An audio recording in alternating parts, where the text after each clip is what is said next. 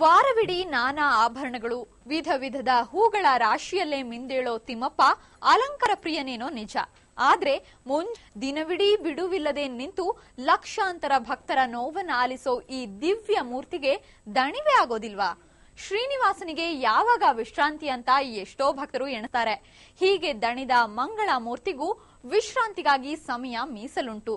ಅದುವೇ ಏಕಾಂತ ಸೇವೆ. ತಿರುಮಲೆ ಕೃಪೆಗಾಗಿ ದಿನ ಭಕ್ತ ಸಾಗರ.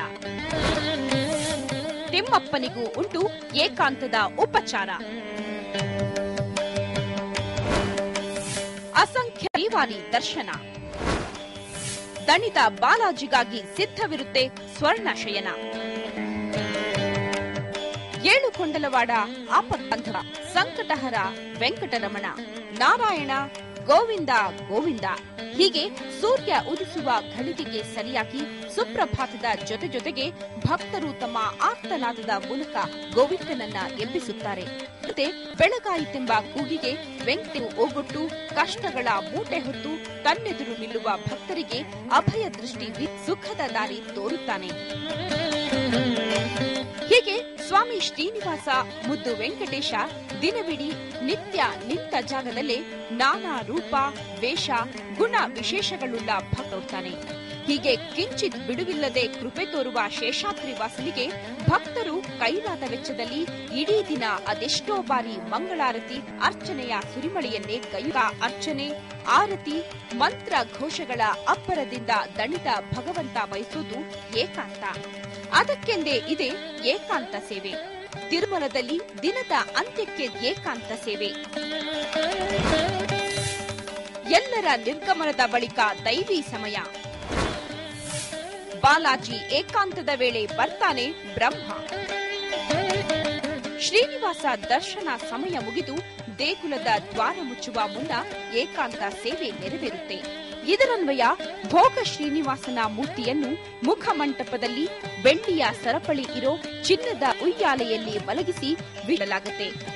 ಇದಕ್ಕೂ ಮುನ್ನ ವಿಗ್ರಹಕ್ಕೆ ತೊಡಿಸಿದ ಚಿನ್ನದ ಕವಚಗಳನ್ನ ಸಡಿಲಿಸಿ ಶ್ರೀನಿವಾಸನ ಚರಣಗಳಿಗೆ ಚಂದನ ಹಚ್ಚಿ ಹಾಲು, ಹಣ್ಣು, ಬಾತ್ಮಿ ಮೊದಲಾದವುಗಳನ್ನ ಅರ್ಪಿಸಲಾಗುತ್ತೆ. ಇತ್ತ ಭೋಗ ಶ್ರೀನಿವಾಸನ ಎದೆಭಾಗಕ್ಕೆ ಶ್ರೀಗಂಧವನ್ನ ಪೂಸಲಾಗುತ್ತೆ.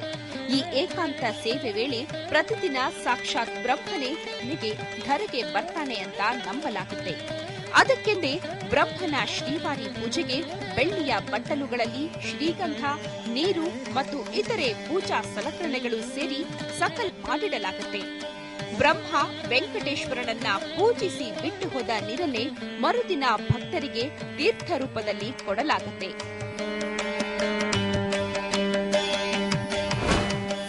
ಏಕಾಂತ ಸೇವೆ ವೀಕ್ಷಿಸಲು ಭಕ್ತರಿಗಿದೆ ಅವಕಾಶ. ವೈಭೋಗದಲ್ಲೇ ಪವಡಿಸ್ತಾನೆ ಶ್ರೀ ವೆಂಕಟೇಶ. ಪರಮಾತ್ಮ ಶ್ರೀ ವೆಂಕಟೇಶ. ಇನ್ನು ತಿಮ್ಮಪ್ಪನ ಅನನ್ಯ ಭಕ್ತೆ ತರಿಕೊಂಡ ವೆಂಕಮಾಂಬ ಪರಿವಾರದವರು ಹರಿವಾಣದಲ್ಲಿ ಶ್ರೀನಿವಾಸನಿಗಾಗಿ ಮುತ್ತುಗಳನ್ನ ಏಕಾಂತ ಸುಮಾರು 45 ನಿಮಿಷಗಳ ಕಾಲ ನೆರವೇರುವ ಈ ರಾತ್ರಿ ಸೇವೆಯಲ್ಲಿ ಶ್ರೀನಿವಾಸನ ಕೊರಳಲಂಕರಿಸಿದ ಮಾಲೆಗಳನ್ನ ತೆಗೆಯಲಾಗುತ್ತೆ. ವೆಂಕಣ್ಣನ ಗದ್ದದಲ್ಲಿಟ್ಟ ಬೊಟ್ಟನ್ನ ಅಳಿಸಿ ಹೊಸತಾಗಿ ಇಟ್ಟು ಪಾದಗಳಲ್ಲಿದ್ದ ಶುದ್ಧ ವಸ್ತ್ರದಿಂದ ಶ್ರೀವಾರಿಯ ಪಾದ ಪದ್ಮಗಳಿಗೆ ಶ್ರೀಗಂಧ ಲೇಪನ ಮಾಡಲಾಗುತ್ತೆ. ಇಷ್ಟರಲ್ಲಾಗಲೇ ಶೇಷಾದ್ರಿ ವಾಸನಿಗಾಗಿ ಶಯನ ಮಂಟಪದ ರಂಗವಲ್ಲಿ ಅಲಂಕಾರ, ಮೆದುವಾದ ಹಾಸಿಗೆ, ಕೃಷ್ಣದೇವರಾಯನ ಮಡದಿಯರು ಅರ್ಪಿಸಿದ ಚಿನ್ನದ ಬಟ್ಟಲಲ್ಲಿ ಹಾಲು, ಬೆಳ್ಳಿಯ ಹರಿವಾಣದಲ್ಲಿ ಗೋಡಂಬಿ, ಒಣದ್ರಾಕ್ಷಿ, ಬಾದಾಮಿ, ಶುದ್ಧ ಬೆಣ್ಣೆ, ಇನ್ನು ಕಲ್ಲು ಸಕ್ಕರೆ, ತಾಂಬೂಲಾದಿಗಳನ್ನ ಇಡಲಾಗುತ್ತೆ.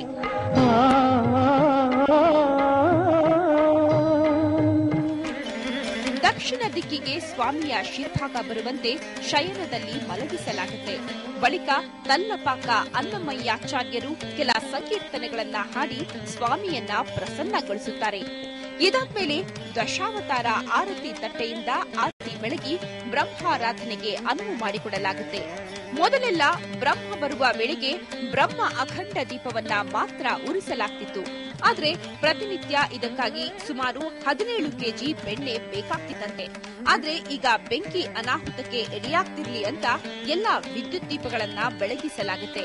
ನಂತರ ಚಿನ್ನದ ಬಾಗಿಲನ್ನ ಮುಚ್ಚಿ ಬೀಗ ಹಾಕಿ ಪ್ರಧಾನ ಅರ್ಚಕರು ಮತ್ತಿತರರು ತೆರಳುತ್ತಾರೆ.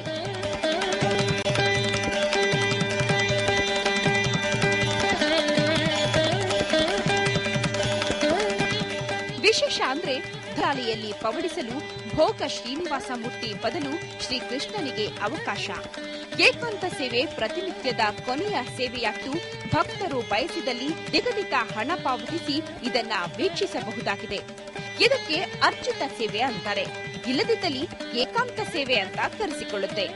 30 ನಿಮಿಷಗಳ ಈ ದರ್ಶನಕ್ಕೆ ಒಂದು ಪ್ರವೇಶವಿದ್ದು 2 ಚಿಕ್ಕ ಲಡ್ಡು, ಹಾಲು, ಬಾದಾಮಿ ಪ್ರಸಾದ ರೂಪದಲ್ಲಿ ಕೊಡಲಾಗುತ್ತೆ. 1513ರಿಂದಲೂ ಈ ಕೃಷ್ಣದೇವರ ಒಡತಿಯರಾದ ಚಿನ್ನಾಜಿ ದೇವಿ ಮತ್ತು ತಿರುಮಲಾ ದೇವಿ ಶ್ರೀನಿವಾಸನಿಗೆ ಕ್ಷೀರ ಸಮರ್ಪಣೆಗೆಂದೇ ಚಿನ್ನದ ಬಟ್ಟಲನ್ನ ಅರ್ಪಿಸಿದ್ದುಂಟು. ಒಟ್ಟಿನಲ್ಲಿ ಪರಮಾತ್ಮ ಪವಡಿಸಲು ಇಷ್ಟೆಲ್ಲಾ ವೈಭೋಗ ವ್ಯವಸ್ಥೆಗಳನ್ನ ಮಾಡಲಾಗುತ್ತೆ. ಕೇವಲ 3 ಗಂಟೆಗಳ ವಿಶ್ರಾಂತಿ ಬಳಿಕ ಮತ್ತೆ ಮರುದಿನ ಬೆಳಗು ಹರಿದು ವೆಂಕಟೇಶನಿಗೆ ಮತ್ತೆ ಮುಂಜಾವಿನ ಸುಪ್ರಭಾತ. ಅದೇ ಭಕ್ತರ ಒಕ್ಕುರಲ ಭಕ್ತಿ. ಕಷ್ಟ ಪರಿಹರಿಸಲು ಎದ್ದೇಳಪ್ಪ ವೆಂಕಟೇಶ ಎಂಬ ಕೂಗುಗಳು ಎಚ್ಚರಿಕೆ ತರಿಸುತ್ತವೆ. ಸ್ವಪ್ನ, ಸ್ಪೆಷಲ್ ಡೆಸ್ಕ್, ನ್ಯೂಸ್ 24. ದಿವ್ಯ ಮಂಗಳ ರೂಪ ವಿಶೇಷ ಕಾರ್ಯಕ್ರಮ ಮುಂದುವರಿಯುತ್ತೆ ಒಂದು ಪುಟ್ಟ ವಿರಾಮದ ನಂತರ.